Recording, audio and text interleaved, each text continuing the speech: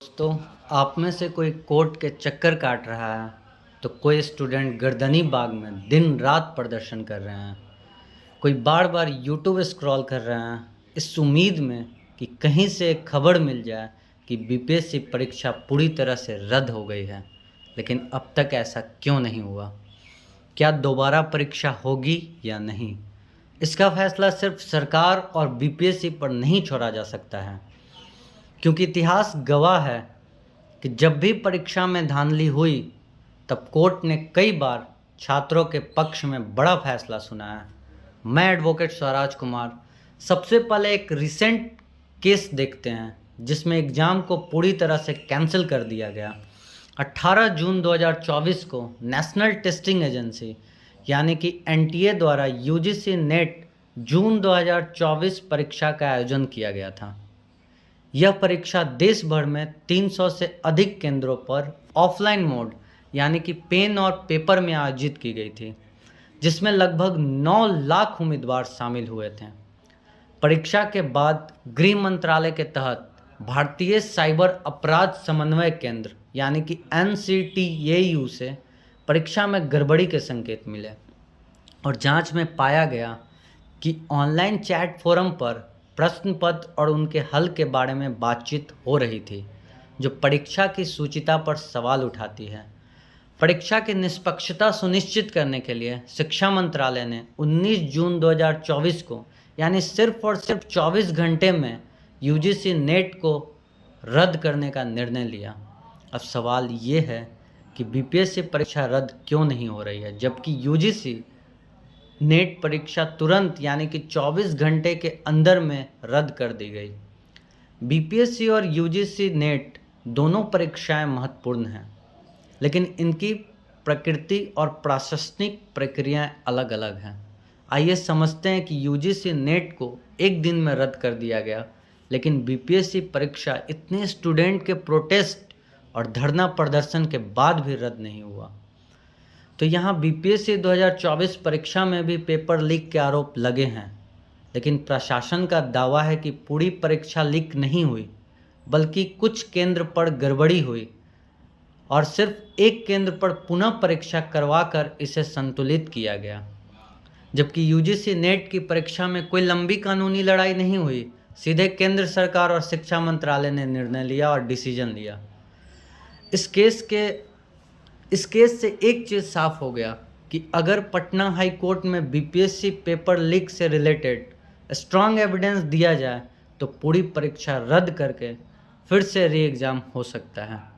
लेकिन बीपीएससी अपने डिफेंस में ये ऑलरेडी माना कि बापू परीक्षा परिसर में एग्ज़ाम के दौरान गड़बड़ी हुई, जिसके वजह से उस सेंटर की परीक्षा रद्द करके फिर से एग्ज़ाम कंडक्ट करवाया गया और अब तो उनके रिजल्ट भी घोषित हो गए हैं। जो सबसे बड़ा सवाल है उठता है, जिससे पूरी गेम बदल सकता है, कि क्या सिर्फ बापू परीक्षा परिसर में गड़बड़ी हुई थी? और गड़बड़ी और मिसमैनेजमेंट का डेफिनेशन अलग है और पेपर लीक का डेफिनेशन अलग है। अगर एग्ज़ाम के दौरान बापू परीक्षा परिसर से कोई स्टूडेंट या कोई भी पर्सन अपने फ़ोन का यूज करके इलेक्ट्रॉनिक मीडिया के थ्रू क्वेश्चन पेपर का फ़ोटो क्लिक करके any means of communication like WhatsApp, mail, Telegram या मैसेंजर किसी माध्यम से क्वेश्चन को वायरल करता है, तो ये साफ साफ संकेत पेपर लीक की ओर करता है। लेकिन इसके लिए हाईकोर्ट में एविडेंस देना होगा कि बापू परीक्षा परिसर में केवल मिसमैनेजमेंट नहीं हुआ, केवल मिसमैनेजमेंट और गड़बड़ी नहीं हुई थी, बल्कि वहाँ से पेपर लीक करके वायरल किया गया, जिसमें टाइम फैक्टर्स का बहुत इम्पॉर्टेंट रोल होगा कि जब तक बीपीएससी का पेपर चल रहा था उसी दौरान क्वेश्चन पेपर लीक हुए थे। अब दूसरा सबसे बड़ा सवाल है कि अगर मान लेते हैं एक पल मान लेते हैं कि अगर पेपर लीक नहीं हुआ, केवल मिसमैनेजमेंट हुआ। अब मिसमैनेजमेंट वहाँ के इन्विजिलेटर के थ्रू किया गया या वहाँ के स्टाफ मेंबर के थ्रू किया गया हो, या इसमें पूरे मैनेजमेंट की लापरवाही की वजह से हुआ है, तो सवाल ये है कि जो मिसमैनेजमेंट बापू परीक्षा परिसर में हुआ और उसके बाद फिर से उस सेंटर की परीक्षा रद्द करके री एग्ज़ाम कंडक्ट करवाया गया, तो क्या बस इतना करना काफ़ी था? और क्या ये अनइक्वालिटी पैदा नहीं करता है?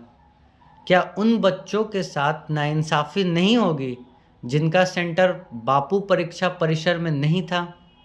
बिल्कुल, एक महत्वपूर्ण मुद्दा है जो फेयर एग्जामिनेशन प्रोसेस और इक्वल अपॉर्चुनिटी के सिद्धांत से जुड़ा हुआ है। लॉ के प्रोस्पेक्टिव से देखिए तो ये केस आर्टिकल 14 यानी कि राइट टू इक्वालिटी और आर्टिकल 16 यानी कि equality of opportunity in public employment के तहत देखा जा सकता है। लीगल प्रोस्पेक्टिव से एनालिसिस करके देखते हैं, जिसमें पहला मुद्दा है कि unequal advantage.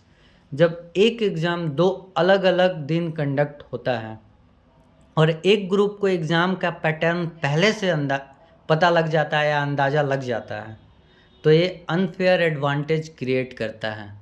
Equality before of law यानी कि आर्टिकल 14 का उल्लंघन है। इससे रिलेटेड एक लैंडमार्क जजमेंट है जो कि Saurabh Chaudhary versus Union of India का है, जो कि 2003 का लैंडमार्क जजमेंट है।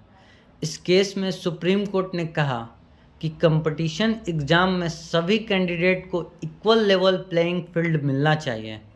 अगर किसी ग्रुप को अनफेयर एडवांटेज मिलता है तो ये नेचुरल जस्टिस के खिलाफ होगा।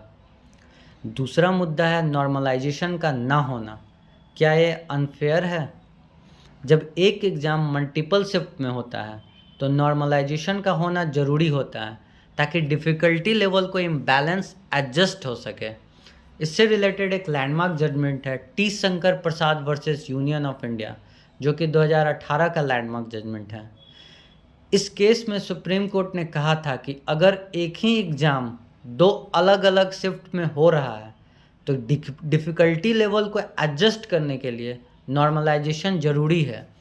अगर नॉर्मलाइजेशन नहीं हुआ है तो एग्ज़ाम का रिजल्ट बायस्ड हो सकता है। और तीसरा सबसे बड़ा मुद्दा है कि एग्ज़ाम कैंसिल होने का इफ़ेक्ट। एक बार क्वेश्चन पेपर के पैटर्न समझ आने के बाद दोबारा एग्ज़ाम देना अनफेयर एडवांटेज क्रिएट करता है, जो मेरिट बेस्ड सिलेक्शन के प्रिंसिपल को वीक करता है, कमज़ोर करता है। इससे रिलेटेड एक लैंडमार्क जजमेंट है Ranvijay Singh versus state of Uttar Pradesh, जो कि 2018 का लैंडमार्क जजमेंट है। इसमें सुप्रीम कोर्ट ने इस केस में ये माना कि अगर एग्ज़ाम प्रोसेस में कोई कमियां है जो किसी ग्रुप के लिए एडवांटेज क्रिएट करते हैं, तो एग्ज़ाम कैंसिल करके या दोबारा कंडक्ट करवाना एक सॉल्यूशन हो सकता है। री एग्ज़ाम फॉर ऑल। अगर अनफेयर एडवांटेज दिया गया है तो पूरे एग्ज़ाम को कैंसिल करके सभी स्टूडेंट के लिए दोबारा एग्ज़ाम कंडक्ट करवाना एक फेयर सॉल्यूशन हो सकता है। लेकिन जो दूसरा पक्ष है वो भी सवाल उठाएगा कि मैंने पहले प्रीलिम्स एग्ज़ाम क्लियर कर लिया, तो अब एग्ज़ाम कैंसिल करना कहाँ से फेयर है, कहाँ से जायज़ है। इस वजह से सारी स्ट्रिंग्स और कड़ियाँ स्ट्रॉन्ग एविडेंस पर डिपेंड करता है कि अगर पेपर लीक का सबूत मिलता है तो री एग्ज़ाम से कोई नहीं रोक सकता है। और हाँ, मैं एक रिक्वेस्ट गुरुजी से भी करूँगा कि किसी भी पटना हाई कोर्ट के एडवोकेट के माध्यम से जो उनके पास सबूत रखा है उसे कोर्ट में पेश करने का काम करें, क्योंकि जब जानवर पूरी तरह से फसल बर्बाद कर देगा तब डंडा और लाठी निकालने का क्या फ़ायदा। फ़ायदा तो तब होगा जब डंडे की चोट सही टाइम पे दिया जाए। मैं आप सभी साथी से अनुरोध करता हूं कि जो इस वीडियो को देख रहे हैं, आप अपनी राय कमेंट में ज़रूर बताएं।